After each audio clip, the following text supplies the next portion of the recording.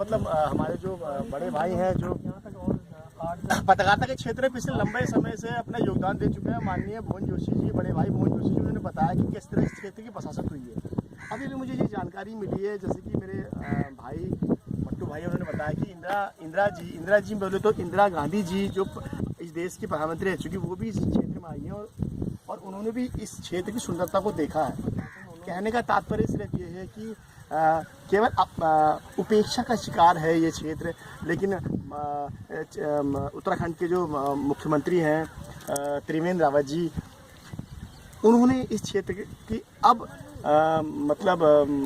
वो लिया है कि वाकई ये क्षेत्र पर्यटन के लिए बहुत अच्छा क्षेत्र है। राजू भाई, आपकी आपसे एक बात पूछना चाहूँगा यहाँ पे, और बड़े भाई संजय रावत जी पत्रकार हैं, वो बताएंगे कि कैसा और कैसी नीति है और कैसा पर्यटकों पर क्या बनना चाहिए। राजेश भाई, एक बात पूछना चाहूँगा, यहाँ पे शिक्षा मंत्री भी हैं, क्या उनकी नज़र इस मतलब कि क्षेत्र में नहीं पड़ी? पर्यटन के क्षेत्र में बहुत बड़ा बढ़ावा मिल सकता था, क्या वो कहीं ना कहीं वो दरकिनार कर रहे हैं अपने क्षेत्र को?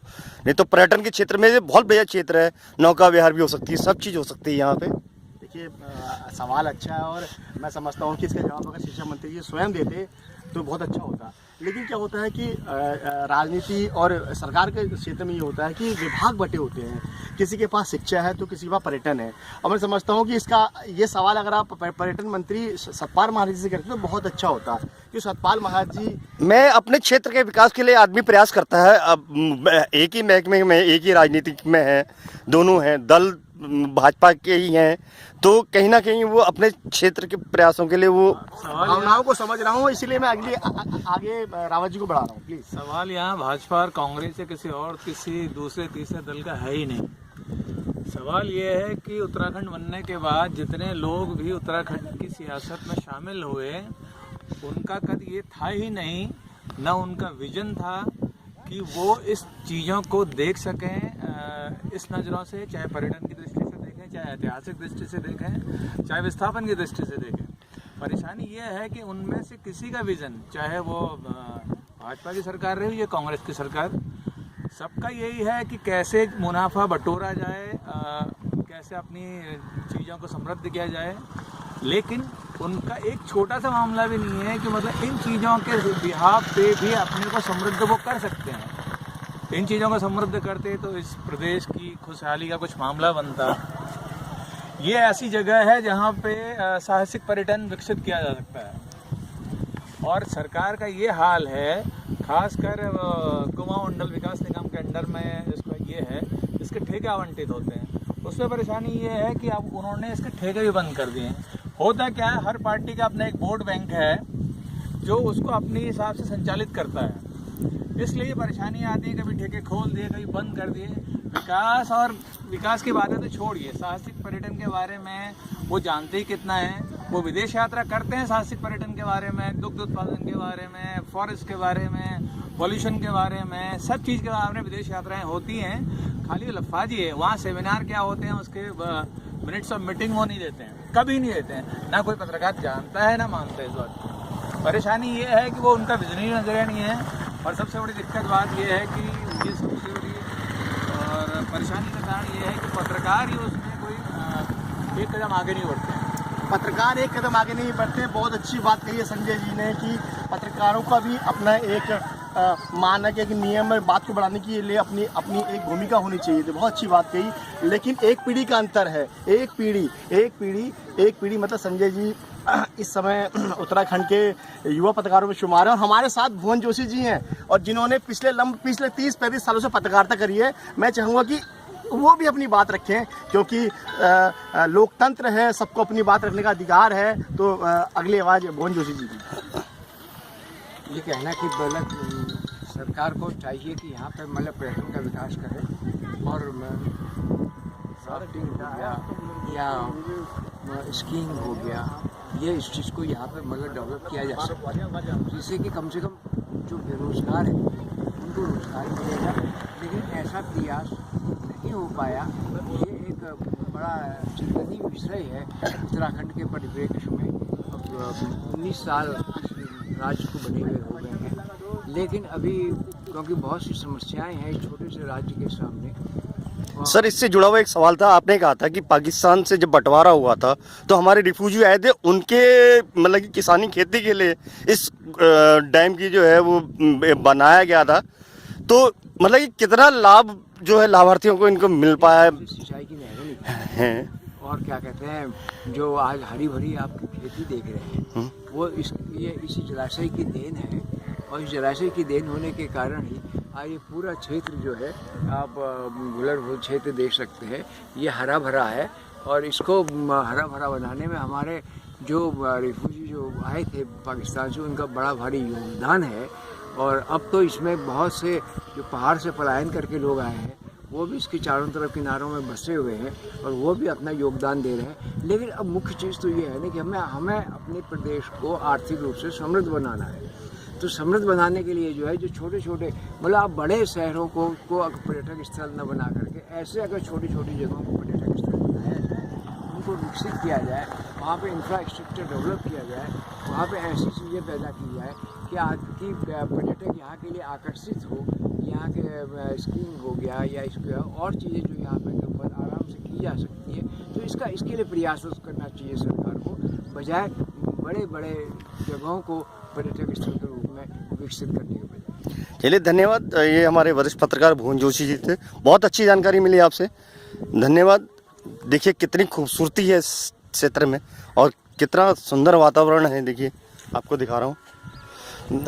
राजेश जी कैसा आनंद ले रहे हैं इस डैम का? और बहुत ही खूबसूरत। और मैं तो एक्चुअली कश्मीर गया नहीं हूँ, लेकिन कश्मीर के बारे में कहा जाता है कि अगर धरती में स्वर्ग है तो कश्मीर में है, कश्मीर में है। लेकिन क्योंकि मैं उत्तराखंड में रहा हूँ, मुझे वहाँ जाने का सौभाग्य नहीं मिला, लेकिन मुझे लगता है कि उत्तराखंड में कहीं स्वर्ग है तो वो गुलरभोज में है, गुलरभोज में ही है। तो हमारे बड़े भाई जैसे कि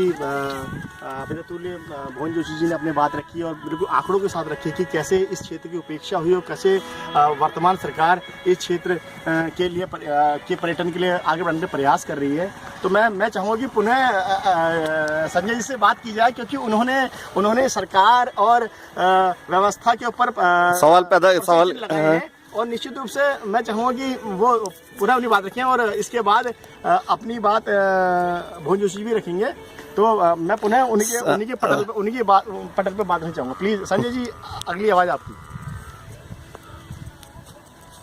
हम तो उत्तराखंड के वासी हैं और मेरे ख्याल से मेरे जितने रिश्तेदार यहाँ आते हैं वो आके इतना खुश होते हैं जो गैर उत्तराखंडी हैं। लेकिन हम इसलिए कुंठित होते हैं यहाँ पर रहते हुए कि हम ना सरकार को सजेस्ट कर पाते हैं, किसी हद तक करते भी हैं। तो परेशानी ये होती है कि वाह क्या सलाह है आपकी, क्या मशवरा है, ये तो सरकार के नुमाइंदे कहते हैं, लेकिन उस पर काम करने का कोई मतलब नहीं है। यहाँ पे भी कोई भी उत्तराखंडी होगा वो 10 सलाह दे सकता है। होना ये चाहिए कि जैसे किसी भी प्रोजेक्ट को लगाने के लिए सरकार जन सुनवाइयाँ करती है, उसी तरह हर ऐसे जगहों पे जन सुनवाइयाँ होनी चाहिए और यहाँ के लोकल पब्लिक को उसमें भागीदार बनाना चाहिए, ताकि वो बता सकते हैं कि भैया ये प्रोजेक्ट यहाँ लगेगा तो इससे रोजगार की संभावना बनेंगी, इससे व्यापार की संभावना बनेंगी, इससे शिक्षा की संभावना बनेंगी, स्वास्थ्य की बनेंगी, बहुत सारी चीज़ें हैं। लेकिन समस्या ये है कि सरकार को ये सब कुछ करना ही नहीं है। और ये किसी एक सरकार की बात नहीं है, ये आती जाती सारी सरकारों की बात है। कुंठित होते हैं, बहुत बड़ी बात करिए रावत जी ने, कुंठित होते हैं। मतलब हमारा उत्तराखंड, हमारा सब कुछ, हमारे पर्यटक स्थल, लेकिन हम कुंठित होते हैं जगह होने के लिए। ये अपने आप में पूरी व्यवस्था के ऊपर एक सवालिया निशान है। तो मैं पुनः चाहूँगा कि क्योंकि हमारे बीच पिछले 35 सालों से बल्कि 40 सालों से पत्रकारिता कर रहे हैं हमारे भुवन जोशी जी, लेकिन इसकी एक बात और चाहूँगा कि ऐसा क्या हो गया कि पर्यटक स्थल भी राजनीतिकरण के शिकार हो गए? क्या हुआ ऐसा? लेकिन भुवन जोशी जी प्लीज। आज ये नज़ारा ये जो आप जलाशय देख रहे हैं, आप खुद देख रहे हैं, इसकी खूबसूरती का अंदाज़ा आप खुद लगा सकते हैं। और उत्तराखंड में जो एक हम कहते हैं कि पलायन की बड़ी समस्या है, जो वहाँ क्या कहते हैं रोजगार उपलब्ध नहीं, के अवसर नहीं होंगे, वहाँ उद्योग नहीं लगेंगे। लेकिन जो हमारे सामने हम जलाशय देख रहे हैं, इसके माध्यम से हम कितनी आर्थिक समृद्धि कर सकते हैं, कितने बेरोजगारों को हम रोजगार दे सकते हैं, इसकी ओर न तो हमारी सरकारों का, जो आज 19 साल हो गए हैं, न हमारी सरकारों का ध्यान दिया, न हमारे नेताओं का ध्यान दिया, जो हमारे पार्लियामेंट में बैठे हुए लोग हैं उनका कभी ध्यान नहीं दिया कि इन छोटे छोटे स्थलों को अगर हम पर्यटक स्थल के रूप में विकसित करें तो मेरे ख्याल से हज़ारों लोगों को जो है डायरेक्ट और इनडायरेक्ट जो है यहाँ रोजगार मिल सकता है। ऐसे उत्तराखंड में कई जलाशय हैं, जैसे नानामता डैम है, वो इससे बड़ा जलाशय है, तो वहाँ भी रोजगार के अवसर मिल सकते हैं।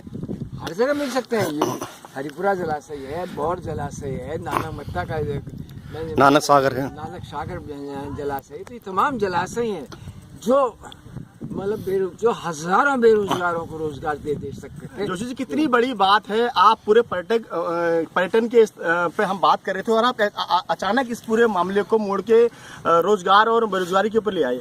बहुत अच्छा लगा। निश्चित रूप से ये जितने भी पर्यटक स्थल हैं, अगर हम इन्हें रोजगार की दृष्टि से, खूबसूरती की दृष्टि से जोड़ें तो निश्चित रूप से यहाँ के बेरोजगारों को यहाँ पे रोजगार मिलेगा। बहुत अच्छा लगा। और मेरा हमारे गुरमीत जी जो फेसबुक के बहुत ज्ञाता हैं और ये अपनी बात फेसबुक और इस बात से आगे बढ़ाते हैं, मेरा एक अनुरोध रहेगा कि ये वीडियो भी इस प्रदेश के मुखिया त्रिवेंद्र जी देखें और त्रिवेंद्र जी इन सब चीज़ों का मतलब एनालिसिस करें कि क्या मतलब वो इस चीज़ों को देखें कि वाकई कितना आकलन करें। बहुत अच्छी बात है। दोबारा मैं ये हमारे प्रदेश के लिए भी एक आय के स्रोत, राजस्व की बढ़ोतरी भी होगी इससे हमारे देश की। बहुत अच्छा कहा छोटी जी ने। राजस्व देखिए, अभी बात आती है पर्यटन की, फिर बात आई रोजगार की, अब तीसरी बात राजस्व की आ गई। तो निश्चित रूप से कहीं ना कहीं ये तीनों चीजें एक दूसरे को जोड़ती हैं। अब मुझे एक इशारा मिल रहा है पुनः संजय जी का, वो इस पर फिर दोबारा बहस करना चाह रहे हैं। 1 मिनट की बहस और बढ़ाते हैं प्लीज। बात इतनी सी है कि सरकार और उनके नुमाइंदे इन चीज़ों को देख क्यों नहीं पाते हैं। सबसे बड़ी परेशानी ये है कि मुख्यमंत्री हों, पर्यटन मंत्री हों, शिक्षा मंत्री हों, स्वास्थ्य मंत्री हों, किसी भी तरह के मंत्रियों की सबसे बड़ी दिक्कत यह हमारे लोकतंत्र में ये है कि वो एक आम आदमी की तरह कभी जीवन यापन नहीं करते हैं। वो अपनी एसी गाड़ियों में आते हैं, वो अपने हेलीकॉप्टर्स में आते हैं। जब उनका जीवन बसा रचा गाँव में तब रचा बसा, लेकिन अब उनको इन चीज़ों से कोई सरोकार नहीं है। वो सिर्फ उन गाड़ियों में आते हैं जहाँ से उनको दिखता ही नहीं है। और जो उनके सचिव, OSD वगैरह वगैरह जो भी होते हैं, वो सब उनको ये देखने भी नहीं देते क्योंकि उनके कमाने का मामला है सर। जबकि उनकी दूरदृष्टि ये होनी चाहिए OSD की या उनके सचिव की कि साहब ये नज़ारा देख के एक बार वैसा चलिए। और ऐसा नहीं, ये इतिहास है उत्तराखंड में और सारे हिमालयी प्रदेशों में ये इतिहास है कि हमेशा उनकी गाड़ी के ड्राइवर बताते हैं साहब एक बार ये देख लेते हैं आप। उनको ऐसा चुप कराया जाता है, ऐसा उनके बस से निष्कासित किया जाता है कि कोई भी अगला ड्राइवर उनको ये बता भी नहीं पाता है। चलिए, बहुत अच्छी जानकारी दी आपने। इस बहस को यहीं पे विराम देंगे, लेकिन संजय जी की एक बात का मैं बहुत वो करना चाहूँगा कि संजय जी ने इस पूरे मामले में 2 बार शिक्षा मंत्री जी का नाम लिया। शायद इसलिए भी लिया होगा कि वो क्षेत्रीय विधायक हैं, उनको यहाँ की मूलभूत सुविधाएं, मूलभूत ज़रूरतें, मूलभूत मुद्दों के बारे में जानकारी होगी। तो निश्चित रूप से मैं चाहूँगा कि मेरा अनुरोध रहेगा छोटी भाई और इस फेसबुक और इसके माध्यम से कि जो गदरपुर के विधायक हैं माननीय अरविंद पांडे जी, वो इस पूरे मामले का संज्ञान लें, क्योंकि उनके क्षेत्र में ऐसी चीजें हैं कि जो राजस्व, जैसे छोटी भाई ने कहा, राजस्व को बढ़ावा कर सकती हैं और बहुत चीजें बढ़ाती हैं। तो इसी के साथ तो मैं नमस्कार। देखिए, हमारे वरिष्ठ पत्रकार साथ में थे, उन्होंने बहुत अच्छी जानकारी दी। तो ये हमारे प्रदेश हित की बात कही है उन्होंने। कम से कम मुख्यमंत्री जी इस तरफ ध्यान दीजिए, थोड़ा सा पर्यटक को बढ़ावा दीजिए, रोजगार बढ़ेंगे, जो बेरोजगार है उनको रोजगार मिलेगा। अपनी बात यहीं समाप्त करता हूँ। गुरमीत सिंह, धन्यवाद।